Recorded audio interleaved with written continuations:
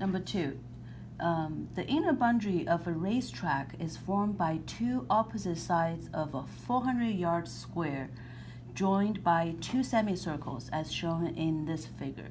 What is the approximate area of the enclosed region, which is shown here as the racetrack? So the area would be the two semicircles plus the square. Two semicircles is one full circle. So we basically have the area for the circle plus the area for the square. So area for the square is very easy. It's 400 yards. So basically it's a 400 yards multiply 400 yards, you get the yard squares. And area for the circle, we need to find out what's the radius. So it's a square, therefore this diameter is 400 yards. The diameter is 400, therefore the radius for the circle is 400 divided by 2, which is 200 yards. And area for the full circle is pi r squared. So we plug in the radius here, and the students can figure this out by themselves. Number 3, a square barn measures 42 feet on each side. It's a square.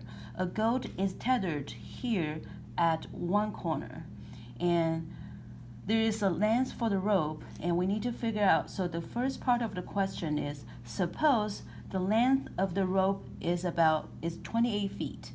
On approximately how many square feet of land is the goat able to graze? So inside this barn, the goat cannot go in. The goat can only graze on the outside of the barn. So let's draw the picture here. The barn is not allowed to go in. The goat is here. One side of the square is 42 feet, and now the rope is only 28. So the rope can only go to this far.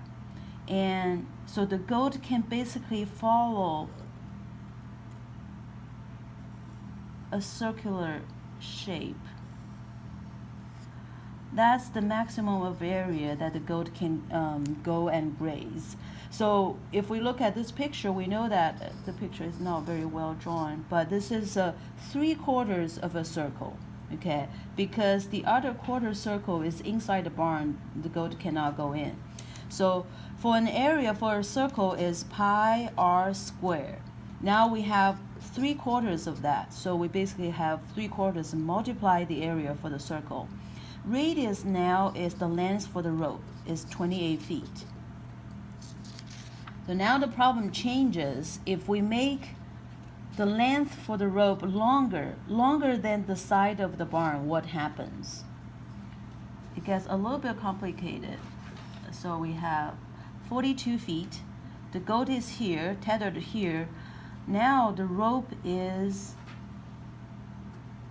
twice as long. So before is 28, now twice is 56 feet. Original is 42 feet. So now the rope goes to here. The goat can still go along a big circle, right?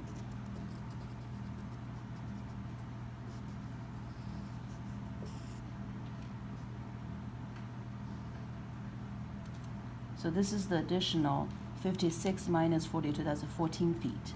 Here we have a 14 feet as well. This is 42 for the square of the barn.